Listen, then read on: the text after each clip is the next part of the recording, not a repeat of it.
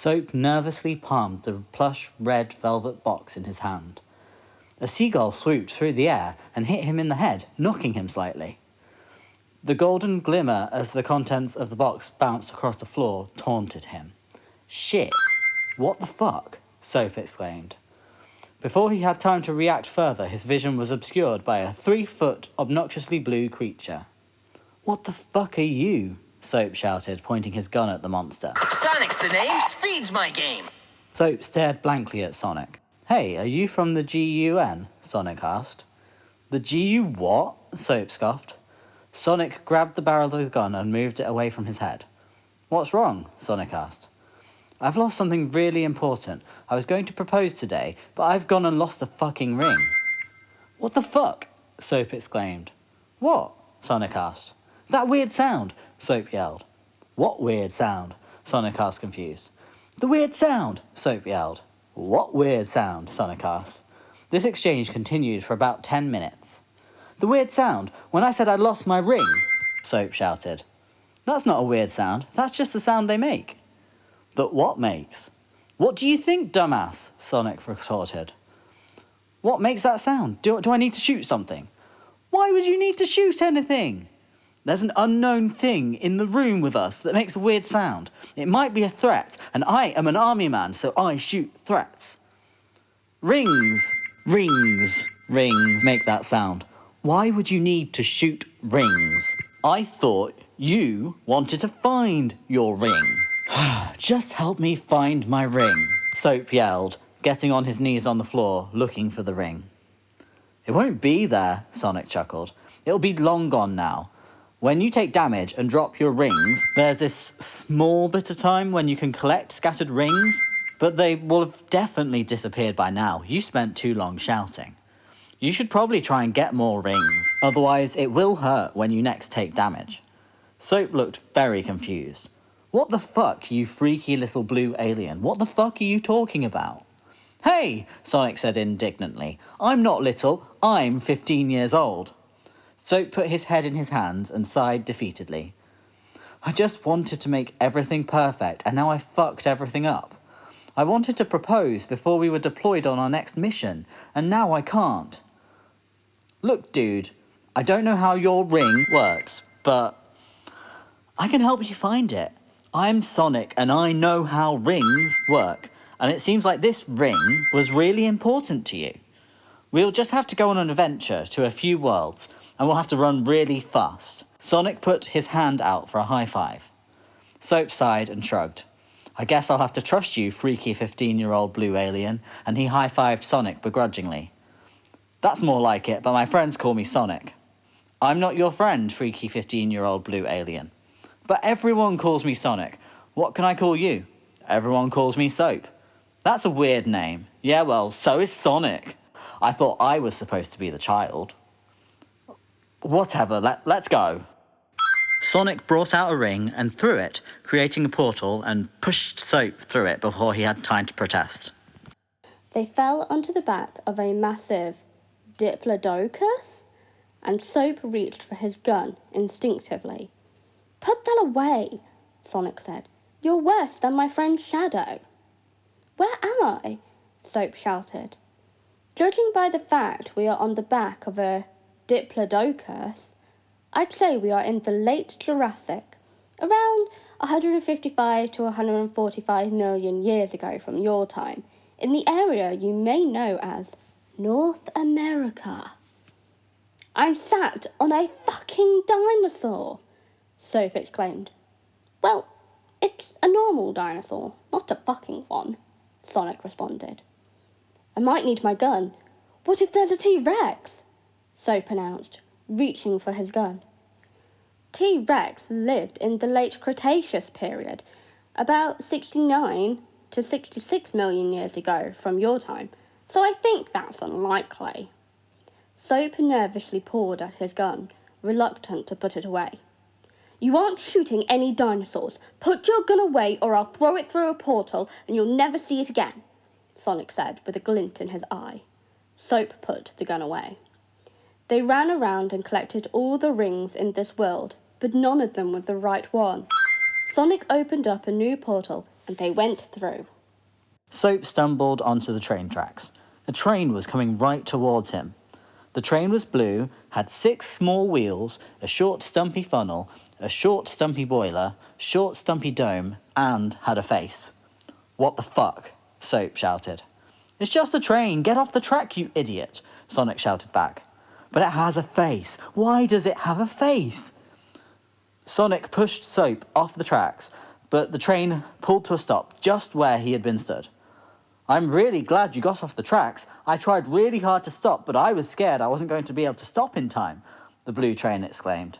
Soap reached for his gun, but Sonic glared at him and pulled out a ring, and then he stopped. You talk?" Soap asked hesitantly. "Why wouldn't I talk?" the train asked. "All trains talk. Anyway, hi, I'm Thomas. Who are you, and why are you on the line?"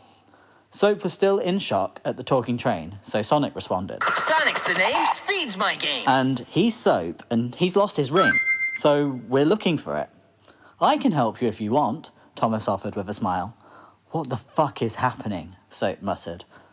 Thomas blushed bright red and said, "That was a very naughty word, but if you apologise and promise not to say it anymore, I will still help you." Sonic looked at Soap and threatened his ring portal, so Soap apologised. The 3 of them collected all the rings on Sodor, but none of them were the right one. They said goodbye to Thomas and went through a new portal. Soap was surprised when they travelled through the portal. They didn't land straight away. Looking around, he could see the stars, and after a moment, gravity caught up, and he landed on the moon.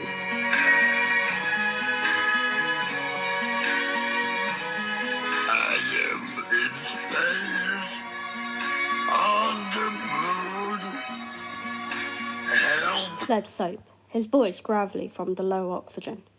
He turned to find Sonic, only to find him engulfed in light, and when the light disappeared, it left a furrier Sonic, with claws and fangs. If an alien hedgehog could turn into a werewolf, that's what was happening before Soap's eyes. "What the fuck?" Soap exclaimed, gasping for breath. "Don't panic, it's still me, Sonic," Sonic tried to reassure Soap. "As if you couldn't get any freakier." Soap tried backing away from him, unsuccessfully due to the low gravity making it harder to move and the lack of oxygen suffocating him.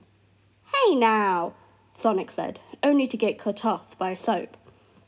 "I am literally fucking dying," Soap gasped in last breath. "What?" Sonic looked confused for a moment, rubbing his head. Then his furry face morphed into one of shock.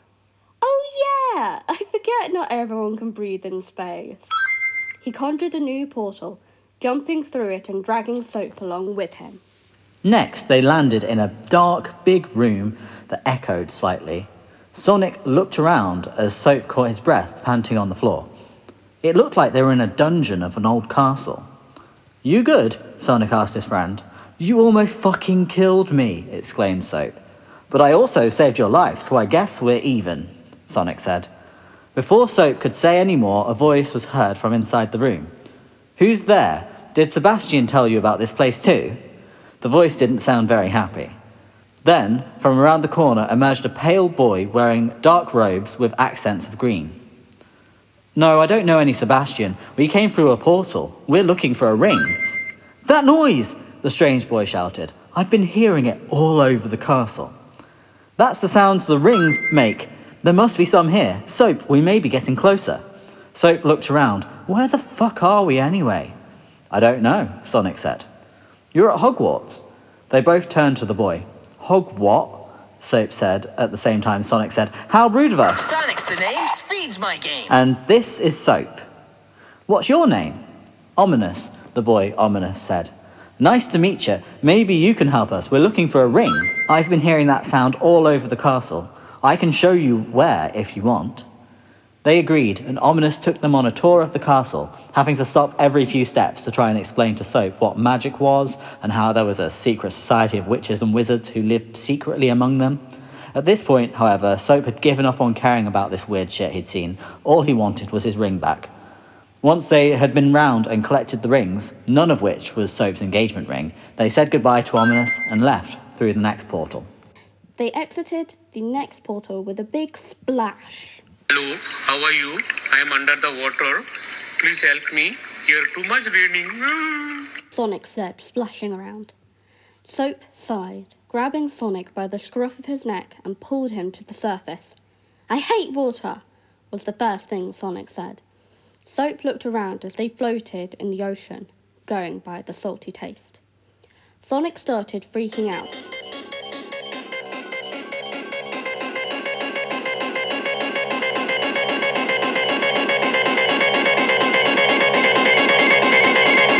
Soap grabbed Sonic and helped him reach the surface.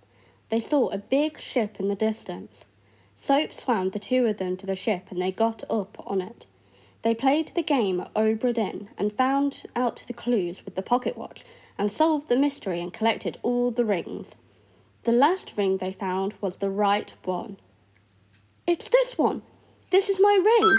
Now I can propose! There they saw Ghost and Shadow at the bar, nursing a pint of beer, with a whole line of empty shot glasses in front of them. What the fuck? There's an emo!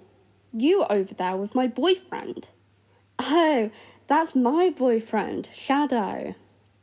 Soap proposed to Ghost, and they lived happily ever after in their war crime existence, and didn't die straight away in their wars. The end.